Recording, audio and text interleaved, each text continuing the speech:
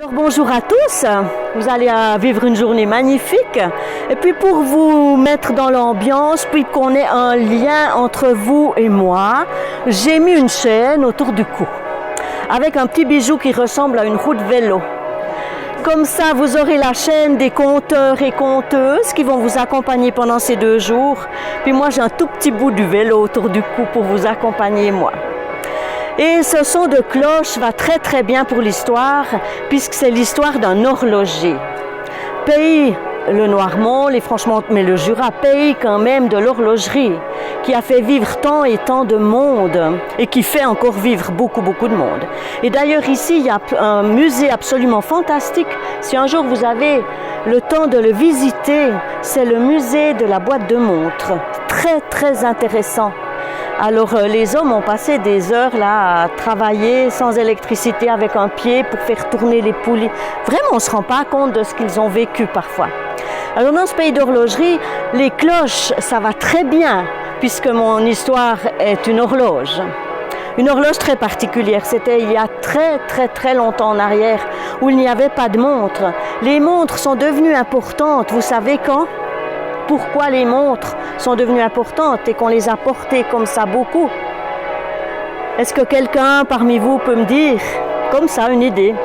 À cause du train. Quand il y a eu les Franches-Montagnes ou toutes les régions qui ont eu le train, ils devaient être à l'heure.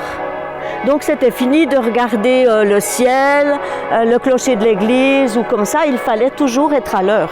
Donc c'est depuis là que les montres sont devenues importantes et que les fabricants horlogers ont fait des montres. Voilà.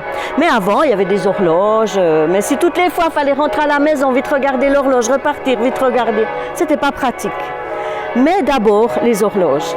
Et là, quand il était petit, notre horloger du Noirmont, il était fasciné par la technique, par les roues. Il n'y avait encore pas d'horloge à cette époque. Mais aussitôt qu'il avait un bout de bois, il le limait, il le taillait, il essayait de l'assembler. Et quand il y avait des travaux au champ, ses parents l'appelaient, lui partait. Il ne le retrouvait plus. Il était dans un coin de l'atelier de son père à recommencer à assembler, à faire de la technique. Et tout le monde disait, mais on fera quoi de lui? C'est pas possible, parce qu'ici on doit être paysan, et lui il sera jamais paysan, il apprend à rien faire. Il est toujours avec des limes et des marteaux à fabriquer des choses absolument inutiles. Mais un jour, et ça c'était vraiment rare à l'époque, surtout ici parce que ces gens suivaient les chemins où il y avait plutôt des pèlerinages, il est venu des gitans. Et là les gens les ont vus, mais comme si c'était des diables. Les gitans, non. Les gitans, c'est pas net. Les gitans, ça vole, ça prend les poules, ça prend les lapins, ça jette des sorts. Mais lui, il a été fasciné par ce peuple qui allait de ville en ville. Donc il est allé à la rencontre des gitans et là, ils ne l'ont plus vu. Il a disparu. Parce que lui, il a suivi les gitans. Après, il a suivi sa vie. Il a fait les grandes villes du monde. Il a fait les grands magiciens, les grands techniciens du monde. Et il est parti, notre horloger. À l'époque, les horlogers, ce n'étaient pas des gens bien vus, parce qu'ils domptaient le temps. Ils voulaient mettre les heures dans un laps de temps, et ça se faisait pas. On ne peut pas prendre le temps. Et c'est pour ça qu'ils n'étaient pas bien vus. Il s'est installé à Paris, il a ouvert une boutique pour vendre les horloges qu'il avait pu construire.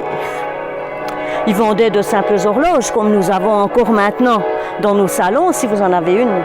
Mais il avait des horloges où les gens riches, avec beaucoup de sous, venaient vers lui.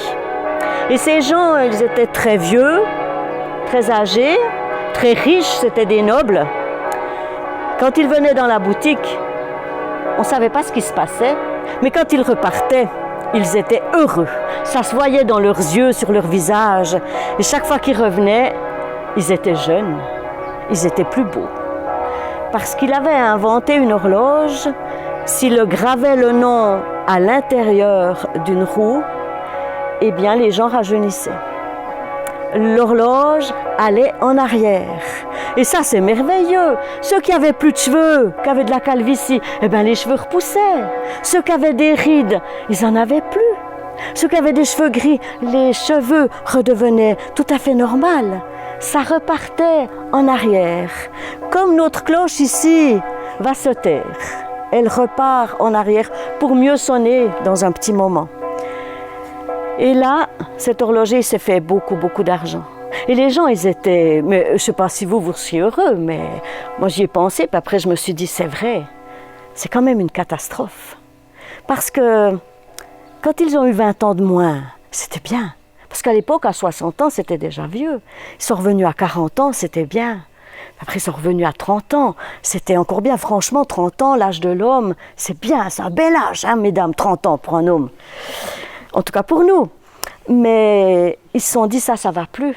Alors ils sont allés trouver l'horloger, ils ont dit, maintenant, regarde comme je suis le plus bel âge de ma vie, je veux rester là, tu stoppes l'horloge. Et il a dit, ça je n'ai pas le pouvoir. Au moment où c'est reparti en arrière, elle continuera de partir. Alors ils ont eu peur, ils ont dit, mais c'est pas possible, on va pas redevenir des adolescents, on va pas redevenir des enfants, parce que comme ça on saura quelle est l'heure de notre mort, ce sera celui de notre naissance.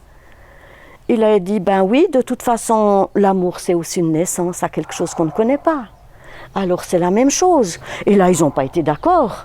Ils n'ont pas voulu redevenir enfants, ils ont dit, c'est pas possible. Puis ils l'ont regardé, ils ont dit, mais dis donc, toi, depuis le temps qu'on te connaît, tu ne vieillis pas et tu ne rajeunis pas non plus. Tu es toujours le même. Ça fait 30 ans qu'on te connaît et tu es toujours le même. Comment ça se fait? Il a dit, ben moi, un grand scientifique vénitien m'a fabriqué une horloge qui avance d'un jour, qui recule d'un jour, qui avance d'un jour, qui recule d'un jour. Et ça, c'est mon horloge à moi. Ah, mais alors on veut la même. Ah non, c'est la mienne, il n'y en a qu'une. Alors écoute, tu fais ce que tu veux. On revient dans une semaine. On veut absolument la même horloge que toi. On veut rester à l'âge que l'on a maintenant. Une semaine après, ils sont venus dans la boutique. Mais bien sûr, vous avez deviné, l'horloger n'était plus là. Il était parti. Et quand ils ont vu ça avec toutes leurs horloges, avec tous leurs noms, ils ont dit, mais qu'est-ce qu'on va faire? Ils se sont regardés, ils ont commencé de se battre, parce qu'ils ont dit, c'est toi, c'est toi. Ils se sont tellement battus qu'ils ont cassé tous les horloges, tous les mécanismes. Et ils sont tombés, tous morts, puisqu'ils avaient cassé leur horloge. Mais quand on les a retrouvés, c'était déjà une puanteur terrible. On les a mis dans un charnier, on a dû les faire brûler. Et on n'a jamais retrouvé l'horloger. Paraît-il qu'il serait revenu dans la région. Et moi, j'ai beau chercher un horloger qui ne vieillit pas, et j'en ai marié un. Mais il a plus de cheveux, il vient vieux, il a pris un petit ventre. Bon, assez pour qu'on ait envie de le caresser, c'est bon, mais non, j'ai encore pas trouvé. Alors si des fois vous trouvez un horloger qui vieillit pas, peut-être c'est celui que je cherche. Peut-être que maintenant il a trouvé la formule pour construire d'autres horloges qui nous permettra de rester immortels. Mais est-ce que c'est une bonne solution? Je ne crois pas. Alors je vous laisse le choix à vous de savoir si vous aimeriez trouver cette horloge. Pour moi, j'ai beaucoup réfléchi, c'est pour ça que mes cheveux gris, je les aime beaucoup, mes rideaux aussi, et puis je les accepte, puis je me dis, on verra bien. Oui, voilà.